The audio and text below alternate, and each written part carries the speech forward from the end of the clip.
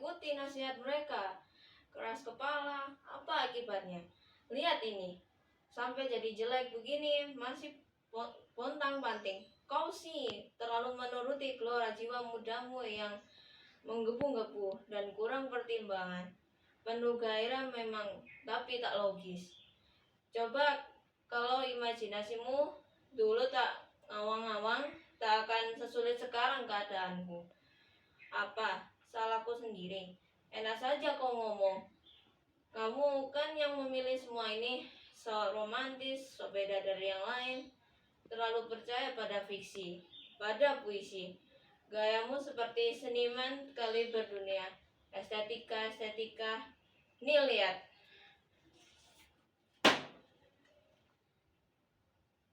debu mengepul.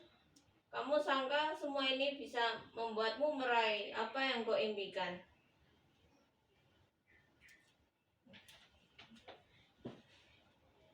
Coba kalau kau dulu bersikap patuh seperti teman-teman sekelasmu, berpikir dan bertindak sebagaimana anak-anak yang waras pikirannya.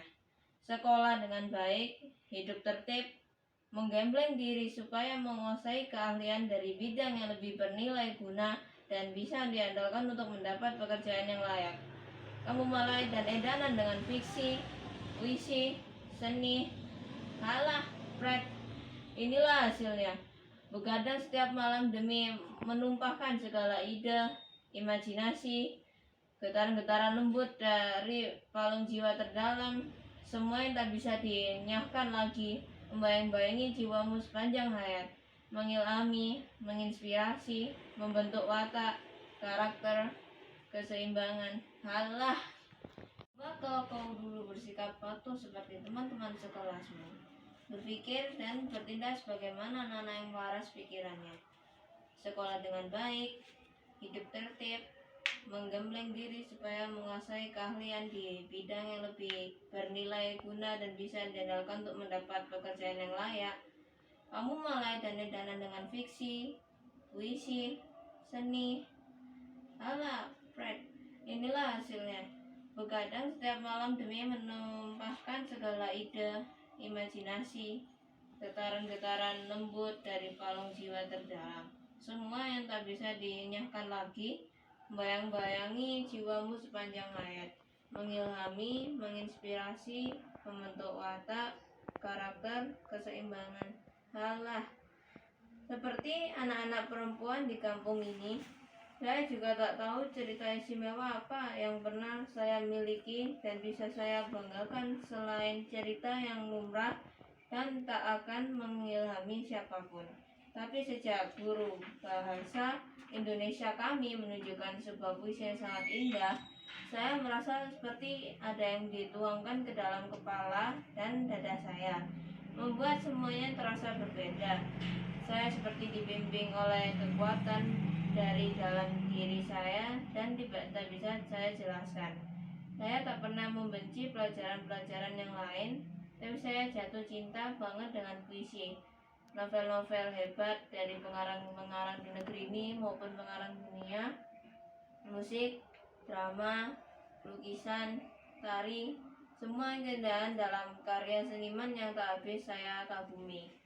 Tapi lalu teman-teman di kelas menganggap saya sok tua sebelum waktunya, orang aneh, gak matching dengan umur, seberat, seniman anakan, dan sejumlah gelar khusus lainnya saya peroleh.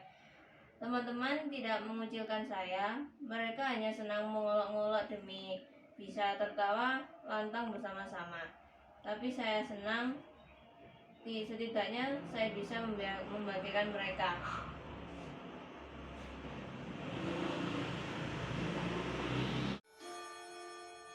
Apa? Aku mau mengacaukan hidupmu? Aku yang mengakibatkan nasib yang selalu kau keluhkan itu. Hei Nona, oh maaf, kau masih Nona atau sudah Nyonya? Oh masih Nona, hah? Nonsense. What? Separuh Nona, separuh Nyonya. What the hell? Oke. Apapun statusmu, dengarkan saya. Di usia seperti saya sekarang, setiap orang harus membuat pilihan penting bagi hidupnya. Dan saya melakukannya, memilih.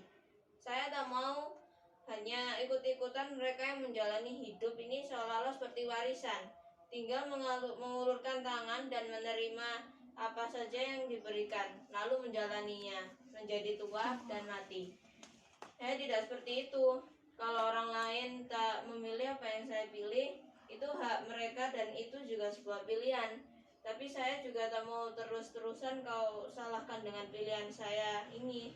Saya ingin jadi pengarang, seniman. That is my choice. Jadi kau tak bisa terus-terusan mendatangi saya dan meminta saya mengubah pilihan saya ini. Tiada guna keluhan. Berhentilah merengek. Biarkan aku istirahat. Biarkan aku sempurna sebagai masa lalumu. Lihat dan terima hidupmu yang sekarang dengan berani.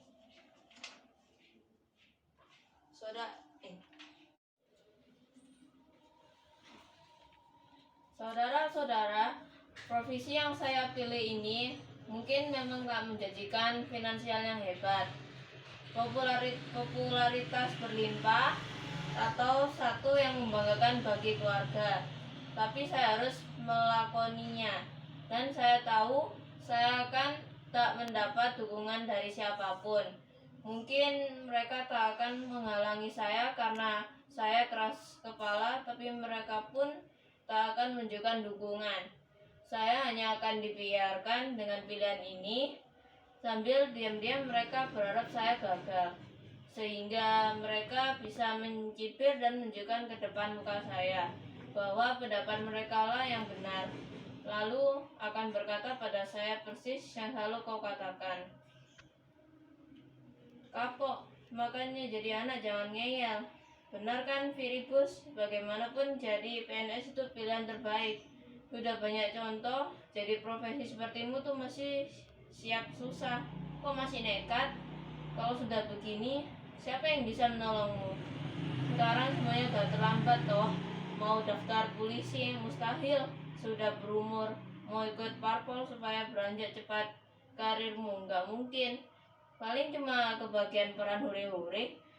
Mau merintis bisnis modal nggak cukup, minjam uang di bank, nggak akan ada yang percaya. Masa mau sodorkan visi-visimu itu sebagai jaminan? Kalau saja kamu melanjutkan kuliah, minimal kamu punya ijazah S1 untuk melamar kerja. Pikiranmu tuh terlalu liar. Harusnya kamu bisa seperti anak-anak lain. Beres SMA, nyambung kuliah. Sesudah sarjana, cari kerja. Lalu menikah. Bahagia sampai tua, mati masuk surga, itu yang benar. Liar? Saya tidak liar.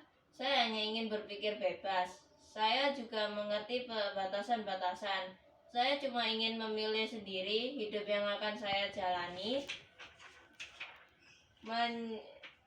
Barangkali kalian juga mulai berpikir bahwa kata-kata saya ini, kalimat-kalimat yang saya ucapkan ini, bukan berasal dari alam pikiran seorang anak SMA, atau barangkali juga ada yang mulai berkata dalam benaknya, bahasanya selalu tinggi untuk remaja, atau ini sih cuma naskah drama, aslinya nggak begitu. Tidak, ini memang saya. Semua ini keluar dari benak seorang remaja. Kalau banyak di antara kami hanya mengerti bahasa yang gampangan dan selalu kesulitan mencerna bahasa yang sedikit berbobot, itu karena memang yang diberikan kepada kami terlalu banyak sampah.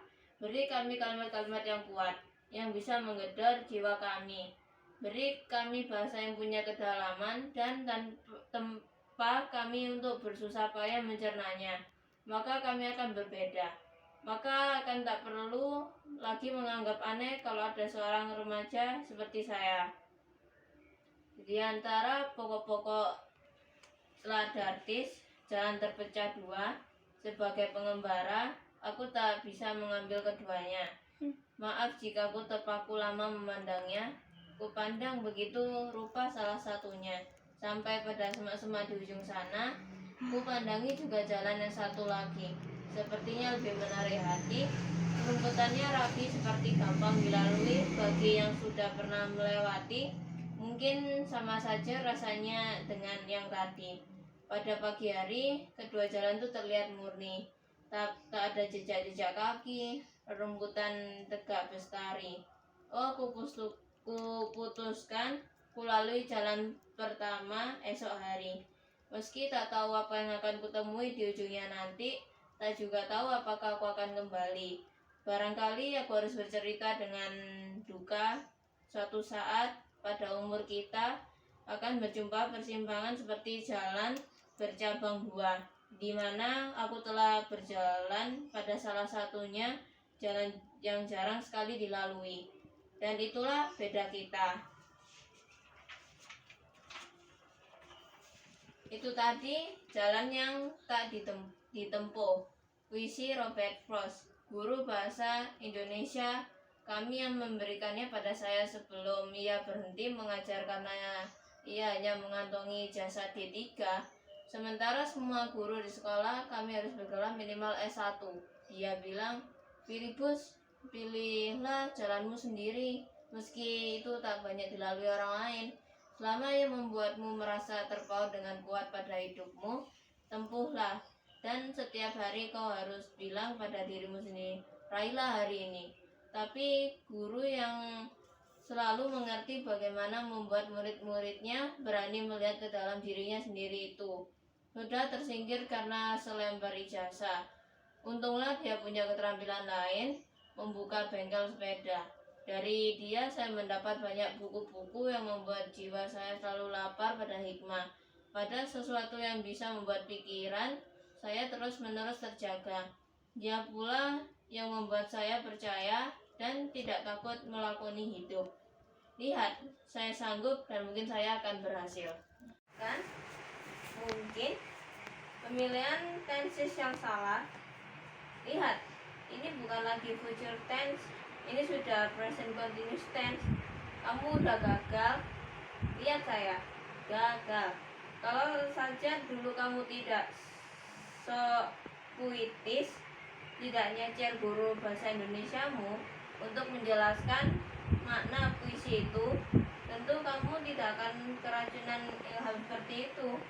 Kalau saja kamu tetap melanjutkan kuliahmu dan membiarkan bapak menjual sepetak sawahnya untuk biaya pendidikanmu, tentu saya sudah jadi sarjana dan bisa dapat pekerjaan lebih bagus.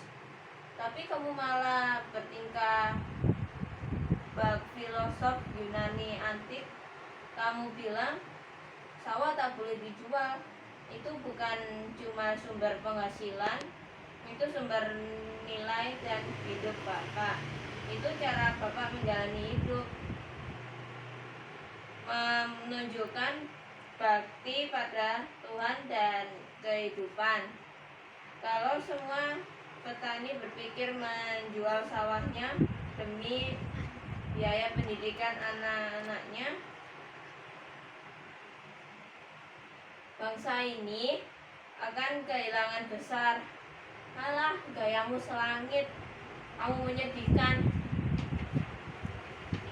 Menyangka dirimu telah memilih hal yang benar karena mengikuti dorongan dari dalam jiwamu, padahal akibatnya bisa kau lihat sendiri pada saya sekarang.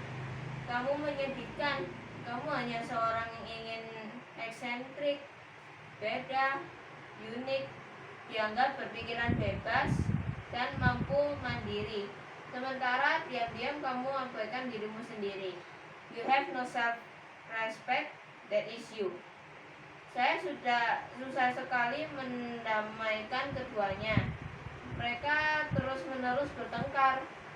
Padahal cerita ini harus saya bereskan besok. Pihak penerbit sudah memberi deadline. Mereka tahu seluruh anak-anak remaja di negeri ini membutuhkan bahan cerita yang bisa mengilhami sebuah perubahan besar dalam hidup mereka. Sebenarnya sejak 10 tahun terakhir saya agak kewalahan meladeni banyaknya permintaan dari penerbit, juga para produser film yang tertarik pada masalah-masalah remaja.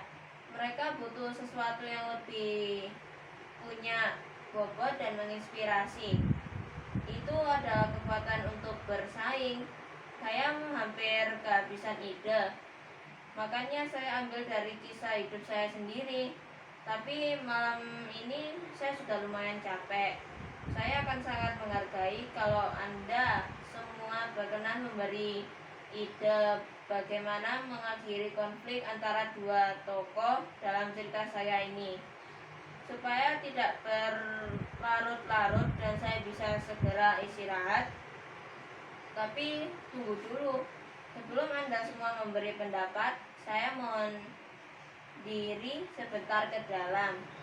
Anak saya yang paling kecil akan segera tidur dan saya harus membacakan dongeng untuknya. Permisi. Tolong jangan terlalu ribut. Nanti mereka berdua muncul lagi dan bertengkar lagi. Oke, permisi. Kan, mungkin pemilihan tenses yang salah. Lihat, ini bukan lagi future tense. Ini sudah present continuous tense. Kamu sudah gagal. Lihat saya. Gagal. Kalau saja dulu kamu tidak sok puitis, tidak nyecer guru bahasa Indonesiamu untuk menjelaskan makna puisi itu, tentu kamu tidak akan keracunan ilham seperti itu. Kalau saja kamu tetap melanjutkan kuliahmu dan membiarkan bapak menjual sepetak sawahnya untuk biaya pendidikanmu, tentu saya sudah jadi sarjana dan bisa dapat pekerjaan lebih bagus. Tapi kamu malah bertingkah bak filosof Yunani antik. Kamu bilang sawah tak boleh dijual. Itu bukan cuma sumber penghasilan, itu sumber nilai dan hidup Bapak. Itu cara Bapak menjalani hidup, menunjukkan bakti pada Tuhan dan kehidupan. Kalau semua petani berpikir menjual sawahnya demi biaya pendidikan anak-anaknya, bangsa ini akan kehilangan besar. Halah, gayamu selangit, kamu menyedihkan.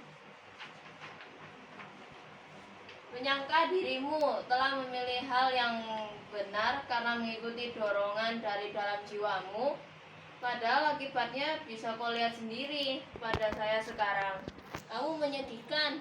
Kamu hanya seorang yang ingin eksentrik, beda, unik, dianggap berpikiran bebas dan mampu mandiri. Sementara diam-diam kamu abaikan dirimu sendiri. You have no self-respect, that is you. Saya susah sekali mendamaikan keduanya.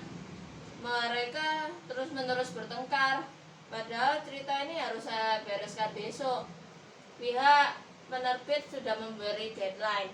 Mereka tahu seluruh anak-anak remaja di negeri ini membutuhkan bahan cerita yang bisa mengilhami sebuah perubahan besar dalam hidup mereka. Sebenarnya sejak 10 tahun terakhir saya agak kewalahan meladeni banyaknya permintaan dari penerbit, juga para produser film yang tertarik pada masalah-masalah remaja. Mereka butuh sesuatu yang lebih punya bobot dan menginspirasi. Itu adalah kekuatan untuk bersaing. Saya hampir kehabisan ide. Makanya saya ambil dari kisah hidup saya sendiri. Tapi malam ini saya sudah lumayan capek. Saya akan sangat menghargai kalau Anda semua berkenan memberi ide bagaimana mengakhiri konflik antara dua tokoh dalam cerita saya ini, supaya tidak berlarut-larut dan saya bisa segera istirahat. Tapi tunggu dulu, sebelum Anda semua memberi pendapat, saya mohon diri sebentar ke dalam. Anak saya yang paling kecil akan segera tidur dan saya harus membacakan dongeng untuknya. Permisi. Tolong jangan terlalu ribut. nanti mereka berdua muncul lagi dan bertengkar lagi. Oke, permisi.